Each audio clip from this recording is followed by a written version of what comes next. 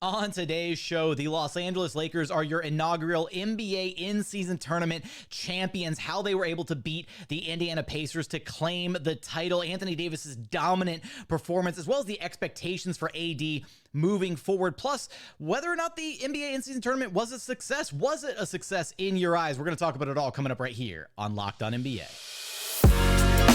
You are Locked On NBA, your daily NBA podcast. Part of the Locked On Podcast Network, your team every day. What's up and welcome to another edition of Locked On NBA, the biggest stories with the local experts. I'm your host, Jackson Gatlin, also host of Locked On Rockets right here on the Locked On Podcast Network, your team every single day. Now, today's episode is brought to you by Prize Picks. Prize Picks is the largest daily fantasy sports platform in North America. They're the easiest and most exciting way to play daily fantasy sports because it's just you against the numbers. Instead of battling thousands of other players, including pros and sharks, you just pick more than or less than on 2 to 6 player stat projections and watch the winnings roll in. Prize Picks is so simple to play. You can make your picks and submit an entry in less than 60 seconds. They've got quick withdrawals, easy gameplay, and an enormous selection of players and stat types, which is what makes Prize Picks the #1 DFS app on the market. And with basketball season in full swing, you can now pick combo projections across football and basketball from the Specials League, a league created specifically for combo projections that include 2 or more players from different sports or leagues. For example, you can do LeBron James plus Travis Kelce at a 10.5 combo of 3-pointers made plus reception. So if you've been thinking about getting into daily fantasy sports, you've got to give Prize Picks a chance. Go to prizepicks.com/LockedOnNBA and use code LockedOnNBA, all lowercase, for a first deposit match up to $100. Again, that's prizepicks.com/LockedOnNBA with promo code LockedOnNBA for a first deposit match up to $100. Prize Picks is daily fantasy sports made easy. Joining us now is the host of Locked On Lakers, Andy Kamenetzky, who can track down wherever you listen to your podcasts, and on YouTube, just search Locked On Lakers. Here to talk about your inaugural NBA in-season tournament winners, the Los Angeles Lakers. They got their medals, they got their dubs, LeBron, AD, all of it. Look, Andy, I've already seen some people making, some jokes about the significance of this title win, this, NBA in-season tournament, talking about calling it banner 17.5 for the Lakers, up in the rafters. And I really don't think we should be downplaying this because, to me, the NBA in-season tournament, it worked, right? It was playoff intensity, playoff atmosphere. In December, you had stars like LeBron James and Anthony Davis bought in and playing their hardest. So give me your thoughts on how it went before we get into kind of some of the action itself. First of all, I guarantee a lot of those fan bases would take that 0.5 banner. They would take that half a banner if it was offered to them, because why wouldn't you? I would say if it's good enough for the Lakers, who have, other than the Celtics, more than anybody, I would say it's good enough for whoever is trying to make fun of it. And the truth is, after the game, LeBron and Anthony Davis, they said this is not a championship. Like, they recognize this is not a championship. They recognize that this does not mean that their end game, which is the NBA championship, the traditional championship, is either in the bag or has already been won or whatever. Like, they recognize what this is. But like you mentioned, there was a playoff intensity to this, particularly as the rounds went along. There were teams that were upset by their performance in this. You had Bobby Portis angry, reportedly per Chris Haynes, after the Bucks got eliminated, saying that everybody from the players to Adrian Griffin needs to do better. Kevin Durant seemed unhappy with them not winning. The Wolves seem unhappy about not winning. Certainly the Pacers wanted to win that thing. The Pelicans wanted to win. And as somebody who, I was not anti this tournament in the beginning, but I was somewhere between unsure what it was and skeptical that it wouldn't take a while to take off, just because the stakes are quite literally invented, like in the moment, which to some degree all championships are, all leagues are. This is all created at some point, and it takes a while for it, I guess, to really mean anything. What I underestimated was these players in the NBA are competitive psychopaths. And the minute you put anything in front of them that you can win, for the most part, they want to win it. And from the beginning, I think LeBron wanted to be part of the first ever team to win this, the leader of it, the MVP, because if this thing does eventually gain real cachet in NBA culture, as he noted, records come and go, but the firsts are always the first. He will be the first ever MVP of this tournament.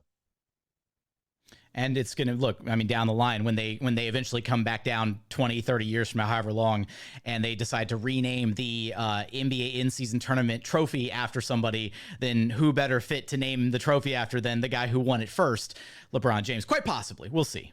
Well, look, that would mean that the tournament took off and gained significance. If you're deciding who to name the trophy after in 20 years, by definition, that means it's popular enough to keep going for 2 decades. Yeah, look, I was kind of skeptical about it too. It seemed like the format was maybe a little bit confusing, and there's definitely areas that can be improved upon going into further seasons and next year and whatnot. But for the NBA to kind of throw this together and to have kind of the pizzazz around it, right? The in-season tournament courts, the hype, it worked. I really do think it was not like a resounding success, but I think it worked. I think that you have to be happy with the product the NBA put out there and the way that it all kind of culminated in a game that was high stakes basketball in December, right? This is, the NBA is a product that a lot of people, historically haven't really taken seriously until, Christmas Day basketball is kind of the unofficial right. start of the NBA season. And people were invested and they cared about these games before that date actually passed. Absolutely. In that sense, it is a total win for the league. And, I get, look, I'm as big a fan of snarky jokes as anybody, like really, truly, if you listen to our podcast, you will Locked On Lakers, you will know that. But at the same time, you can't be the NBA fan that complains that players don't care in November and December and January and nothing really matters. And, these guys get millions of dollars and they don't care until it gets closer to the playoffs. And then turn around and see these guys actually really care and then say, well, this thing is made up. It's stupid. It's right. At that point, you're just complaining for the sake of complaining.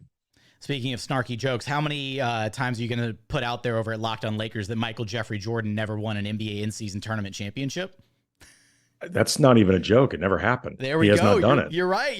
Look, I don't need a joke. Another point in the GOAT debate for LeBron Facts James. are not jokes, Jackson. All right, look. The actual game itself, the title game against the Pacers, we saw what can only be dubbed a masterclass performance from Anthony Davis. We saw the best version of AD that we know that he can be at times. It's a bit of a roller coaster, at times with AD, the ups and the downs in his play, but he had 41 points, 20 rebounds, a 40-20 game, 41, 20 rebounds. He had 5 assists to go with that, along with 4 blocks. The only other Lakers that have ever posted a 40-25 stat line like that, Elgin Baylor, I believe, did it 7 times, and then Wilt Chamberlain did it a couple times. How was AD able to be so dominant against this Pacers team? Well, in part because Anthony Davis at the top of his game is one of the best players in the league. I think he is hands down the best defensive player in the league. And I think he is not even debatably the most versatile defensive player in the league. And, you talked about the ups and downs with AD. Mostly that's about his offense.